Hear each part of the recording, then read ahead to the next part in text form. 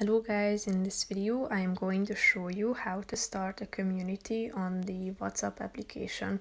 But first I just want to mention, don't forget to subscribe to my channel because at 100,000 subscribers I am going to show you my whole YouTube revenue statistics and growth strategy, how to make money online. Now let's jump into it. First of all, open the app on your phone. After that you should tap on the communities button down below, which is the third option. Click on Start a Community at the bottom of the page. Tap on Get Started. Type in the name of your community into this bar. Scroll down. Here you have a preset message that you can send to the new members.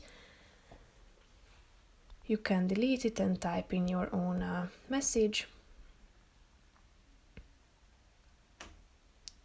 And at the top of the screen you can also add a community profile picture. You can take one with your phone by choosing the first option. Choose one from your library, set an emoji or a sticker, or search on the web.